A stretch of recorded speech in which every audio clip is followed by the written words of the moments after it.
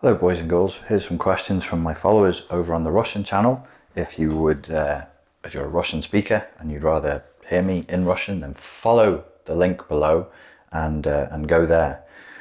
If you are Russian, привет, internet друзья. So the first question is, what is the best way to get rid of shyness and of insecurities? I don't really think there's like a psychological trick that lets us to sort of overcome shyness and other insecurities. I see it as being more like a strength or a skill that needs to be developed in life. And the only thing that lets us develop a skill or develop a strength in life seems to be adversity, seems to be oppositional pressure, with apologies to the people who have to translate this into Russian. So there's no way around the hardship element. There's no way around it but through. If we are shy, there is a strength and a skill that needs to be developed. If we are insecure, there is either traumas that need to be healed, or there's a strength and a skill that needs to be developed. And when the traumas are healed, ultimately you still have to develop the strength and the skill.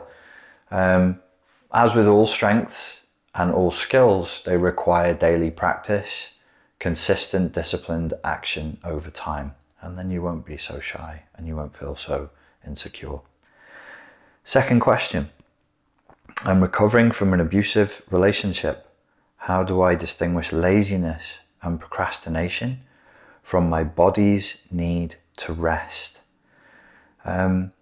Well, laziness and procrastination don't need to be confused inside of your mind with your body's need to rest. It sounds like you've got a conflation, again, apologies to the translators, between the two things. So laziness is where you know you need to do something, you're aware of wanting to do something, but you really just want the end result. You don't want to go through the work it requires to get there. And the resultant effect is a feeling in your body that is somatically experienced, but it comes from a psychological root, which is a feeling of having no energy, and you just feel like you can't be arsed doing it. Procrastination, same thing. You're just endlessly putting off doing the thing that you don't really want to do. You want the end goal, but you don't want the work that leads to the end goal. So sometimes a way of dealing with this is to sort of, look at yourself and say, in what ways do I really need to grow up? In what ways do I really need to be more courageous here? Is there immaturity at play? Is there cowardice at play? How would I feel about the situation if I faced it with much more courage? Do I believe in my ability to endure hardship? Do I believe in my ability to develop a new skill or a strength? And if you don't, that's the problem. Your body's need to rest is a different thing. We are physical beings. We have physical limitations. We operate under the laws of physics, biology, and chemistry, and we have a need to rest. But they're two completely separate things. Don't let your mind trick you and conflate them and be like, oh, I feel lazy, maybe I need to rest. No, what you need to do is be brave and get on with whatever it is you want to do. The only thing I would add to that, to finish it off, is make sure the goals that you have are your goals.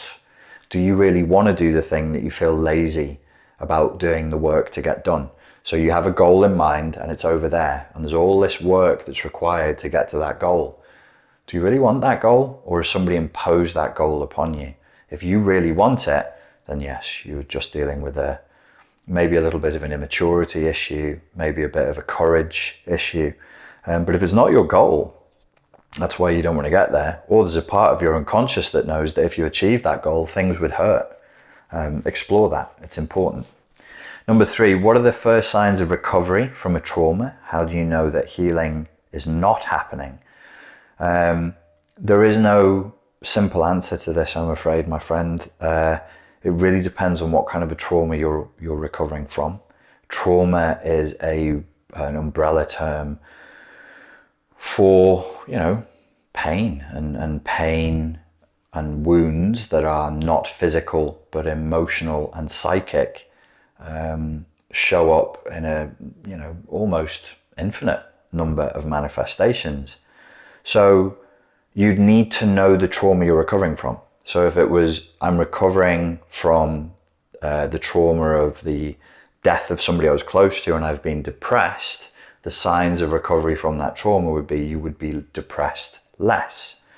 That sounds like I'm being pedantic. I'm really not. We need to think in this very ordered, structured and specific way in order to make progress in these areas. How do you know that healing is not happening, is your second question, the second part of this question. If nothing is changing. If nothing is changing, if you don't feel differently, if you're not acting differently unconsciously, then you're not healing. There's just nothing going on. Healing is not vague. Healing is dramatic. If you're in a lot of pain and then suddenly you're not in a lot of pain, you will know. And if you are in a lot of pain and then tomorrow you feel like you're not sure whether you're in the same amount of pain or not, you're not healing. You're treading water. Healing is dramatic. Progress is not linear, but nor is it vague. When you heal, you'll know. You'll feel very differently physiologically, and in your perceptions will clear up very, very rapidly. 4. What advice can you give to a single mother whose son is a psychopath? He is 13. He hates his mum. He manipulates, lies, extorts, and humiliates her. Wow, this child is powerful. He has the power to manipulate, extort, and humiliate her. And he's 13. And apparently, he's a psychopath. Well, let me help you out. This child is not a psychopath.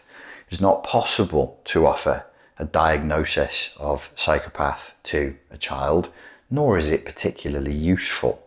You shouldn't be looking to do that. Some psychiatrists, I grant you, in some countries will do it. What good does that do? You have a child with behavioural issues.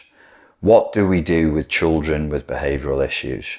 We offer them a strong role model who can build rapport with them, and then we offer them different ways of functioning in the world that get them more of what they actually want.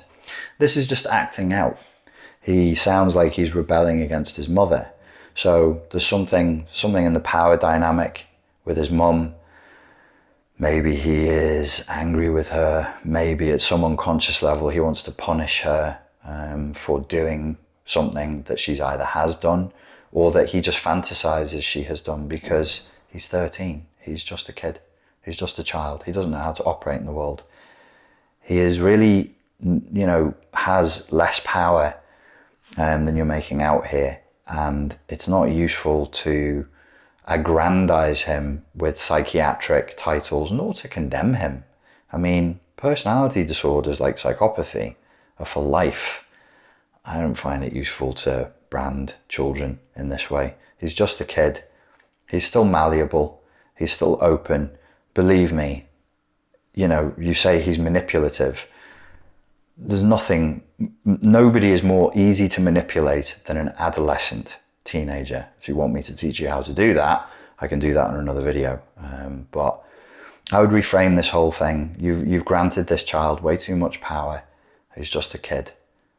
Guide him in a new direction. And if it works for him, and it must work for him, it can't all be on what everybody else wants terms, because that's not how humans operate. It needs to be of advantage to him, and he needs to understand the terrible consequences that will befall him if he keeps acting like a little twat, and how cool his life could be if he stops. He will stop. To flip this on its head, we could say that all children are psychopaths. All children have very low levels of empathy because they've not been alive long enough to have developed proper empathy. They have very low impulse control because they're children. And they have a very cold effect when it comes to getting what they want. And of course they can be manipulative because they're children. They want what they want, and they don't have a kind of moral philosophy to guide them away from doing that. We, as adults, have to give it to them, but we can't tell them. We have to show them. Number 5, I've separated from a narcissist and dealt with all my insecurities, but when men pay attention to me, I run from them. I don't even give anyone a chance. How do I deal with this hyper defense in me? Well, you've said you separated from a narcissist and you dealt with all your insecurities. Yes. And then you said when men, new men, show you attention, you run away and you don't give them a chance. This sounds like you did not deal with all insecurities. I think what you're doing is you're creating a split between the reality that you're living and who you would like to be. You would like to think that you overcame the trauma of your last relationship.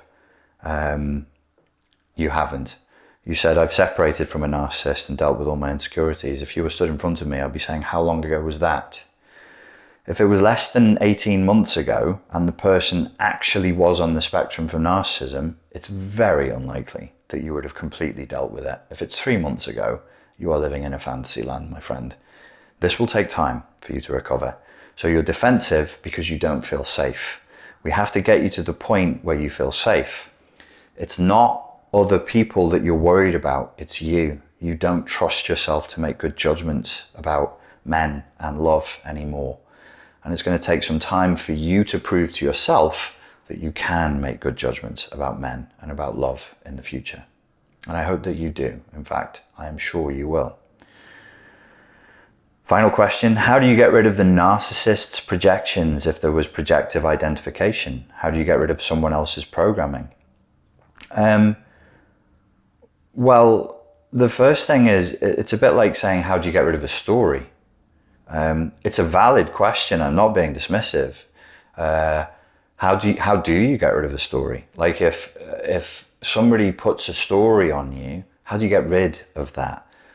There's a famous author and graphics novelist called Alan Moore from Birmingham in England.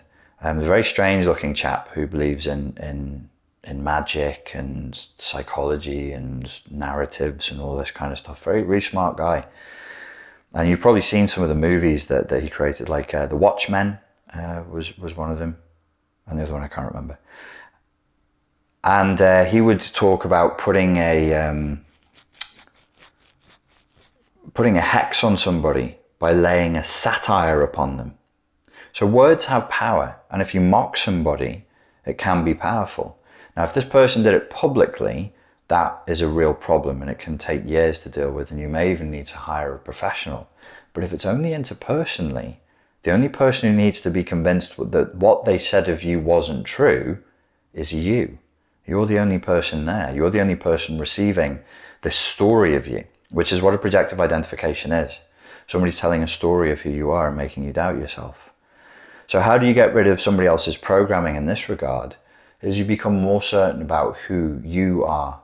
I have a video on the Fortress Mental Health Protection channel called How to Develop a Moral Philosophy.